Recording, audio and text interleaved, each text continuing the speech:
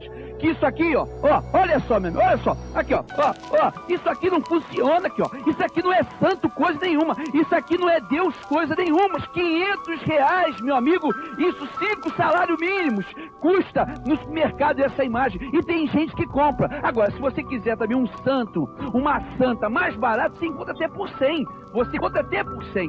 Será que Deus, o Criador do universo, ele pode ser comparado a um boneco desse tão feio, tão horrível? Olá pessoal, graça e paz. Hoje eu estou ressuscitando um vídeo morto. Morto porque você não irá encontrá-lo na internet, tá? Você pode vasculhar o YouTube aí, pelo menos até onde eu fui, pesquisei e não consegui encontrar. Estou falando daquele vídeo antigo a respeito daquela polêmica, né? Que o pastor da Igreja Universal que chutou uma santa, e aí os católicos criaram toda uma história de conversão deste pastor. Isso foi divulgado, virou música sertaneja, foi divulgado em periódicos de apologética católica, em jornais católicos, na internet. Quer dizer, virou um bafafai, né? O pastor havia se convertido porque ele havia recebido uma aparição da Aparecida, tá? Bom, eu vou deixar você assistir o programa do Ratinho. Ele foi tirar às claras isso aí, tá bom? Ele foi tirar satisfação. Olha, realmente isso aí aconteceu? O pastor se converteu? Ou isso aí é fake news? Nem existia esse termo fake news na época, né? Mas ou isso aí é uma mentira, é uma enganação. E aí você vai ver como que procede um dos principais apologistas católicos da época, que é o Frei Boaventura, né? Qual é o argumento que ele dá para poder justificar a história inverídica, mentirosa a respeito da conversão, da suposta conversão do bispo Von Helder. Vamos assistir aqui. Ok, Ratinho, vamos continuar desvendando o mistério da vida atual do pastor Chutoa. Bom, só para a gente relembrar, no começo do programa, para você que não estava assistindo, aquele caso polêmico da santa, daquele bispo, né, que ele chutou a santa, e daí surgiram algumas conversas, que boato e tal e coisa, e daí saiu no jornal. Importa é só boato, diz que, daí isso, Madalena, microfone para Madalena, a gente vai ligando o que é. Mas a partir do momento que alguma coisa é publicada, que esse programa pode investigar, nós vamos atrás. Exatamente. E foi isso que nós fizemos. Exatamente. Então vamos mostrar. Você tem a paciência para... Eu ainda vou rodar a história todinha primeiro, para que as pessoas que não assistiram no começo do programa assistam. Daqui a pouco eu quero notícia desse assunto. O que aconteceu com o bicho? Veja o que saiu publicado do jornal, vai. Quem não se lembra dessa imagem que chocou o Brasil, em especial os católicos? Já faz 9 anos que o bispo Sérgio Von Helder, da Igreja Universal do Reino de Deus, chutou a imagem da padroeira do Brasil. Isso aqui não é santo coisa nenhuma, isso aqui não é Deus coisa nenhuma. Houve protestos dos devotos de Nossa Senhora e o bispo acabou saindo do país. Agora, tanto tempo depois, a revista católica Pergunte e Responderemos publicou um artigo relatando o que teria acontecido com Von Helder. Veja bem, essa revista Pergunte e Responderemos não é só uma revista católica, é uma revista de apologética católica, tá? Onde o Frei Boaventura ele sempre dava as respostas apologéticas a algumas questões ali que as pessoas perguntavam a respeito da Igreja Católica, a respeito da fé evangélica, enfim, tá? Deveria ser uma revista de responsabilidade muito grande, de verificar fatos, tá? De trabalhar com pesquisas e não com boatos. Mas o que eles fizeram, né? Por causa da sua sanha antiprotestante, já foram e publicaram uma mentira. Porque os católicos, é bom a gente explanar isso.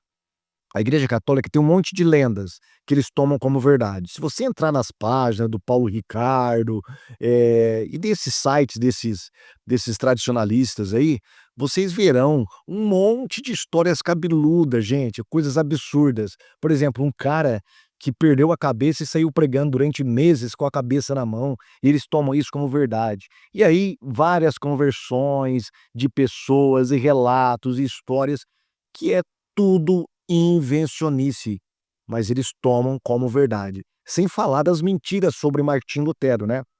Martim Lutero é uma das pessoas que são mais alvejadas com essas mentiras. Tem até canal católico falando que Martim Lutero se converteu no seu leito de morte, renegou o protestantismo no seu leito de morte, e por aí vai. São mentiras em cima de mentiras. E o que nós estamos colocando aqui é apenas um estudo de caso. É apenas um caso à parte que vai exemplificar de maneira estrondosa como que os católicos utilizam da falsidade, da mentira para ou denegrir os protestantes ou então para defender as suas doutrinas. Uma história impressionante que também foi publicada mês passado no jornal O Santarritense, de uma cidade no interior de São Paulo, num artigo do padre Battistini. O artigo do jornal conta que logo após o episódio, o bispo Sérgio von Helder passou a sofrer de fortes dores na perna esquerda. As dores iam se intensificando a cada dia, até que ele resolveu procurar um médico. Após os exames, o médico não encontrou nada de errado, mas as dores aumentavam e o bispo teria resolvido procurar ajuda no exterior. Lá nos Estados Unidos, recebeu todos os cuidados necessários e foi atendido por uma equipe especializada. Durante sua permanência no hospital, todas as noites ele recebia os cuidados e a atenção de uma enfermeira muito dedicada, uma mulher negra que conversava muito com o bispo, enchendo seu coração de esperança e insistindo que ele logo ficaria bom. E foi o que aconteceu. Logo o bispo se recuperou e teve alta. Só que antes de deixar o hospital, fez questão de dar uma festa de agradecimento para a equipe que tão bem o atendeu. Mas no dia da festa, o bispo teria sentido falta daquela enfermeira tão especial que o atendia no turno da noite. Ele pergunta ao diretor por que a enfermeira não estava na festa. Foi aí que teve a grande surpresa. O diretor do hospital garantiu que não havia nenhuma enfermeira negra cuidando do bispo durante a noite. Von Helder não se conformava. Afinal, ele passou muitas noites conversando com aquela mulher. Não era possível que ela não existisse. O artigo do jornal afirma que, diante disso, o bispo ficou convencido de que em todas aquelas noites teria recebido a visita não de uma enfermeira, mas da própria Nossa Senhora Aparecida, que o teria contemplado com o milagre da cura. E a partir daí, o bispo teria se convertido ao catolicismo e se transformado num fervoroso devoto da santa, representada naquela imagem que um dia ele chutou. Depois da publicação da notícia no jornal e na revista, nós resolvemos apurar para saber se esse milagre era verdadeiro. Nós vamos falar com todas as pessoas envolvidas nessa história. Mas como cada uma dessas pessoas é de uma cidade diferente, nós vamos telefonar primeiro. Vamos ver o que elas têm a dizer sobre isso. Vamos começar pelo padre Battistini, que escreveu o artigo no jornal. Eu recebi isso num e-mail. E esse jornal aí é de um amigo que é da minha cidade, esse jornal. E eu mandei como mando e-mail para todo mundo, entendeu? E ele publicou. Eu não pedi para publicar. O cara está tirando o corpo fora, né? E agora? Eu falei, agora não tem a veracidade disso. Pois é, mas saiu com o seu nome, não saiu com o nome do seu amigo.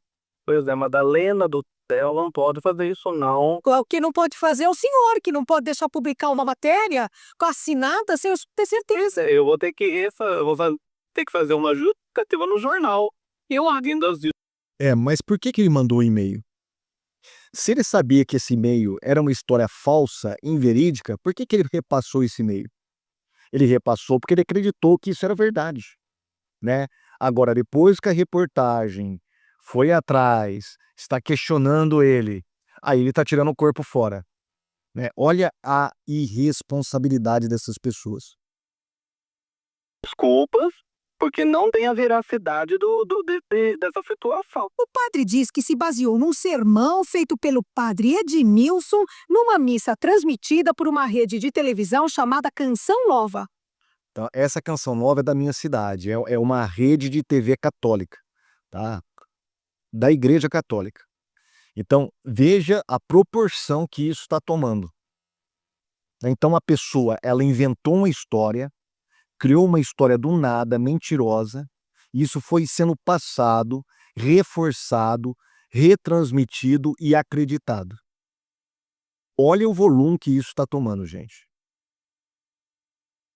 Vamos ligar para ela. Agora eu queria saber de onde que o padre Edmilson ouviu essa história. Tá bem. Tá.